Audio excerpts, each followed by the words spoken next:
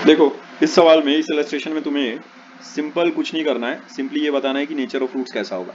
अगर तुम्हारे पास एक क्वाड्रेटिक इक्वेशन दी जाती है तो उसमें डी की वैल्यू निकाल कर तुम्हें सिंपली ये बताना है कि भाई इसके जो इस क्वाड्रेटिक इक्वेशन के जो रूट्स हैं एग्जिस्ट करते हैं या नहीं करते हैं, या फिर मैं इन अदर टर्म्स कहूँ रियल है कि इमेजनरी है।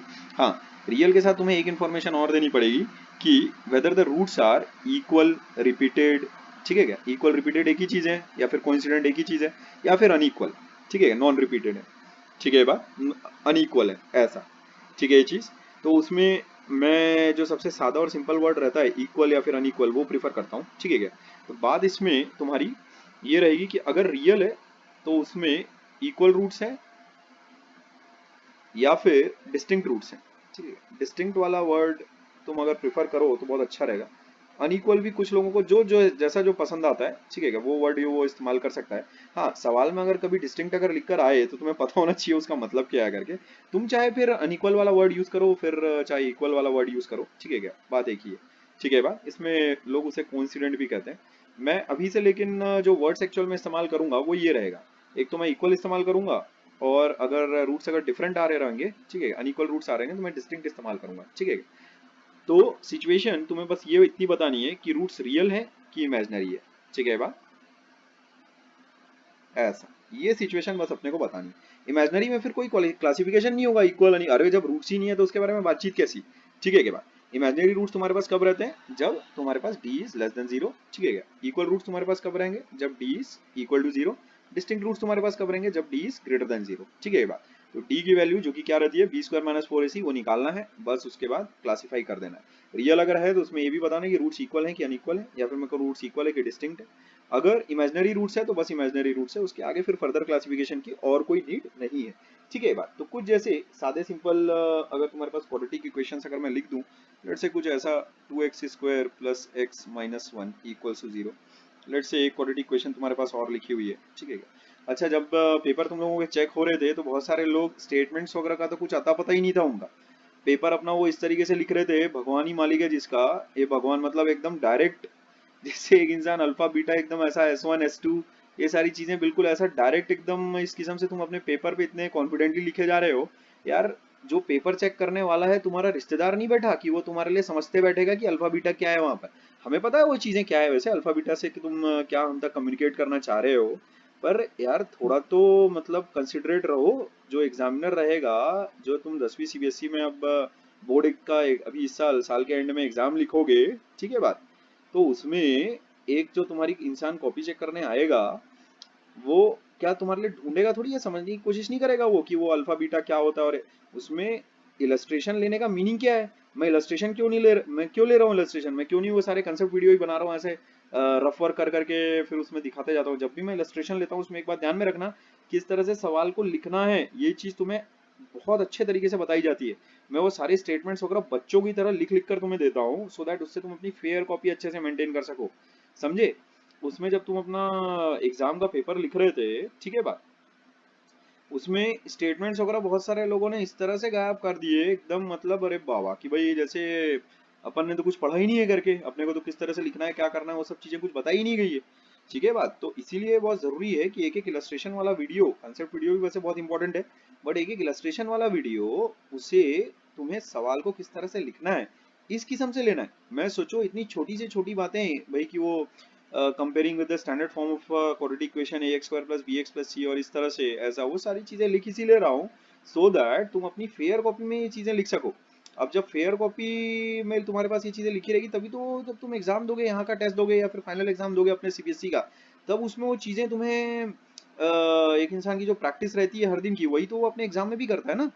ठीक है बात। तो एक इंसान जो अपने एग्जाम पेपर में कुछ भी स्टेटमेंट्स वगैरह लिख ही नहीं रहा है, अरे मैं ये नहीं बोल रहा हूँ कि रामायण लिख दो, है ना, इंग्लिश का पेपर तो है नहीं, पर बिल्कुल जो बेसिक जरूरी चीजें रहती है वो तो एक इंसान उतना तो डिस्क्रिप्शन में लिखेगा, अपना जो वेरिएबल्स अज्यूम कर रहा है उसको डिस्क्राइब तो करेगा यार, कि एक्स और वाई क्या है, अल्फा बीटा क्या है, S1 S2 क्या है, sum of root second one at a time two at a time, ये सारी चीजें कम से कम इतना तो डिस्क्राइब करेगा एक इंसान। उसमें कुछ लोगों के पेपर इतने वाहियात थे चेक करने पर, ऐसा लग रहा था जैसे कोई अपना ऑटोग्राफ या सिग्नेचर दे रहा हो। ठीक है क्या? तो वो चीज किसी भी इंसान को जो पेपर चेक कर रहा है ना, कुछ लोगों में इतनी भी शराफत नहीं थी कि भाई कुछ इमेजेस वगैरह टर्न आउट वगैरह हो गई है, उस इमेजेस वगैरह तक को सीधा कर दे। ठीक है क्या बात? तो तुम काम अपना अगर फेयर नहीं करोगे तो तुम्हारे मार्क्स भी बिल्कुल रफ आएंगे, इस चीज का ध्यान रखना। ठीक है ये बात।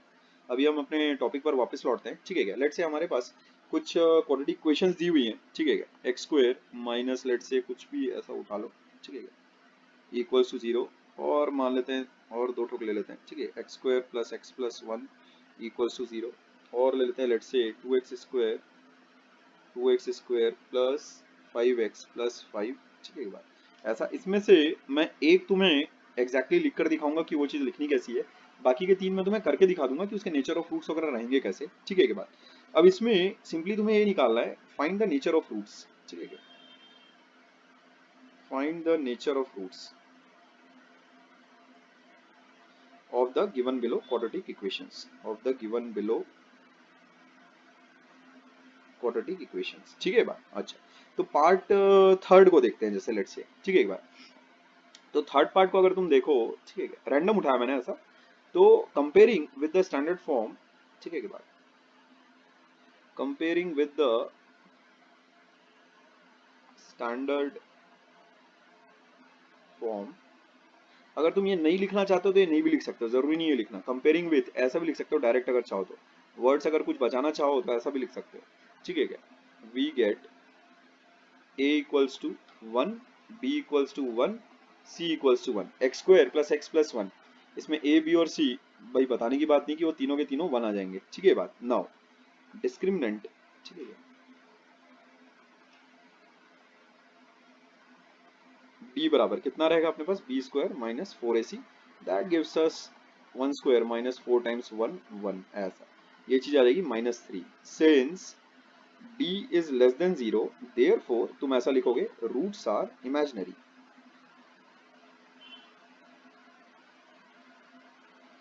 ठीक है, ये चीज बस इतना सफिशिएंट है। अगर तुमने इमेजिनरी लिख दिया है बस उतना सफिशिएंट है। ठीक है, उसमें चाहो तो तुम ऐसा भी लिख सकते हो ब्रैकेट में डू नॉट एग्जिस्ट। ठीक है, ऐसा ऐसा भी लिख सकते हो। ठीक है बा, बस इतना ही काम तुम्हें करना है। लेट से अगर कोई दूसरा सवाल अगर तुम देखते, फॉर एग्जाम्पल यहाँ देखो, लेट से अगर मैं पांचवा अगर चौथा अगर सवाल अगर उठाता हूँ। ठीक है के बाद, तो इसमें ए की वैल्यू मेरे पास दो है। ठीक है, बी की वैल्यू मेरे पास पांच है, और सी की वैल्यू मेरे पास पांच ही है। ठीक है बात, तो इसमें जो डिस्क्रिमिनेंट की वैल्यू मेरे पास बनेगी that becomes B square minus four A C, और वो चीज मेरे पास आएगी पच्चीस माइनस चार दो पाँच। ये चीज आ रही है, देखो कितनी आ रही, पाँच दूनी दस, चालीस। ठीक है, चालीस मतलब माइनस पंद्रह। इसमें भी लेस देन जीरो आ रहा है, रूट्स आर इमेजिनरी। अगर कोई अलग केस जैसे इस केस में देखो तुम। ठीक है, यहाँ देखो a की वैल्यू है वन, सॉरी टू। ठीक है, b की वैल्यू है वन, c की वैल्यू है तुम्हारे पास माइनस वन। ठीक है बा, तो d की वैल्यू कितनी आ रही है देखो अपने पास, B square minus four A सी। अच्छा, वो चीज कितनी आ जाएगी देखो यहाँ पर, बी स्क्वायर हो जाएगा अपने पास one minus four times a into C. ठीक है, ये इतना आ जाएगा।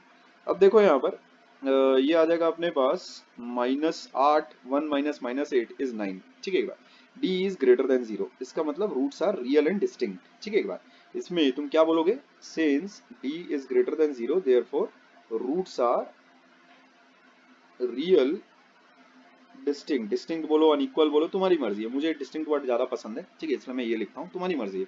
तुम चाहो तो रियल और इक्वल भी लिख सकते हो। ठीक है बात। अच्छा, इसमें एक चीज नोट करने की है, d अगर कभी भी तुम्हारे पास परफेक्ट स्क्वायर अगर हुआ, ठीक है क्या, तो अच्छा ठीक है चलो खैर, वो सारी सिचुएशन और वो सब स्पेशल केसेस हैं तुम्हारे पास, उसके बारे में अभी बातचीत नहीं करते। वैसे भी कुछ ज्यादा कठिन सवाल तुम्हारे पास आने नहीं वाले।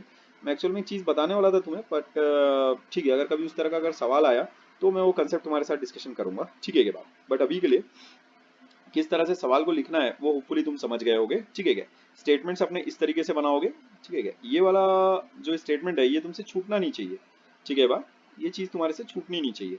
उसके बाद डी की वैल्यू तुम्हें इवेलुएट करनी है, और उसके बाद सिंपली डी कैसा है, ये चीज पॉजिटिव है नेगेटिव है जीरो है, ये चीज बताकर तुम्हें रूट्स के बारे में कमेंट करना है। ठीक है ये चीज, तो वो चारों के चारों सवाल अपनी फेयर कॉपी में कर लेना, और चारों के चारों ही सवाल अपनी फेयर कॉपी में पूरा ईमानदारी से इस तरीके से लिखना। ठीक है क्या, ऐसा नहीं कि मैंने एक करके दिखाया तो उसमें बाकी तुमने भी कैसा तीन स्किप कर दिए, ऐसा मत करना। ठीक है, be honest with your work. ठीक है बात। ओके, अगले सवाल की तरफ बढ़ते हैं।